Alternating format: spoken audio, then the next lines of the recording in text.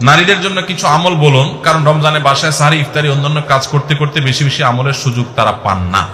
মা বোনরা ইফতারি সাহারি ব্যস্ততায় অনেকেই রমজানে ইবাদত বন্দেগীর সুযোগ পান না, তাদের জন্য আমরা বিশেষ কিছু পরামর্শ দিতে পারি। নাম্বার 1, রমজানের আগে থেকে ইফতারের যে আইটেমগুলো আগে থেকে জোগাড় করা যায় সেগুলো আগে থেকে জোগাড় করে, যেমন পেঁয়াজি আইটেম ইত্যাদি অনেক সময় বেটে ফ্রিজে রেখে দেওয়া যায়।